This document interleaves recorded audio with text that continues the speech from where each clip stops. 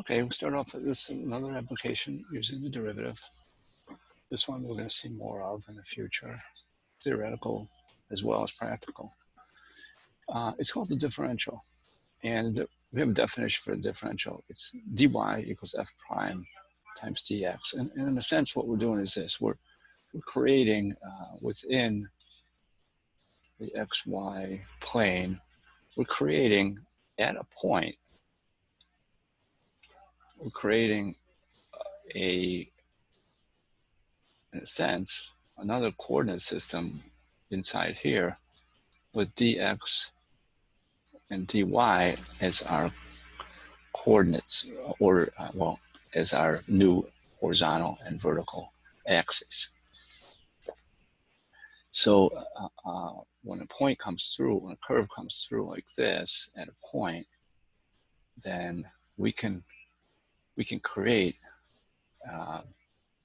using these dimensions in here, we can create approximations.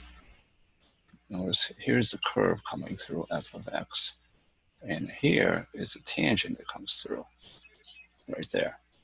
So we can use this coordinate system. Let's say you want your initial point here is x. This is x plus delta plus dx. Okay, so that's this point here.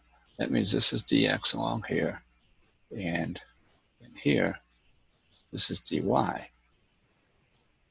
Okay, now since it runs right through here, relative to this coordinate system, this dx dy system, then we have a line here, and that line is dy equals f prime of x dx.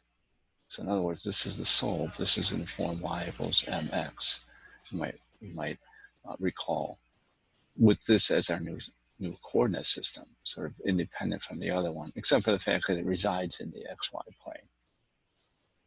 So the idea is that now this is superimposed on the xy plane, and we can use this dy as an approximation for the, let me use a different color here, for the dx.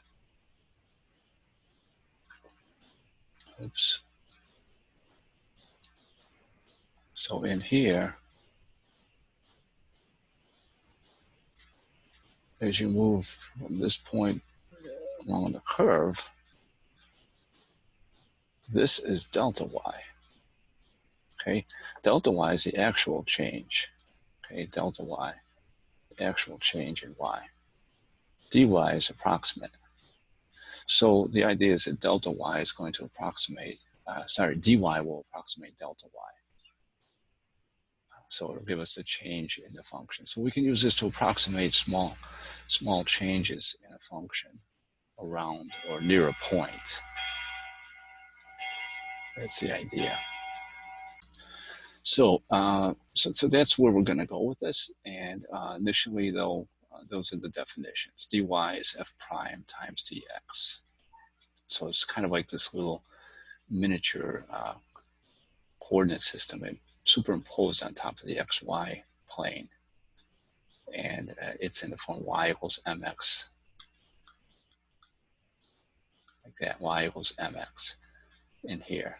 So we're going to use that to approximate the change in the actual change in the function, delta y.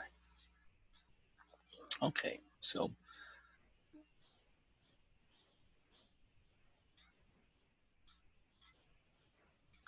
let's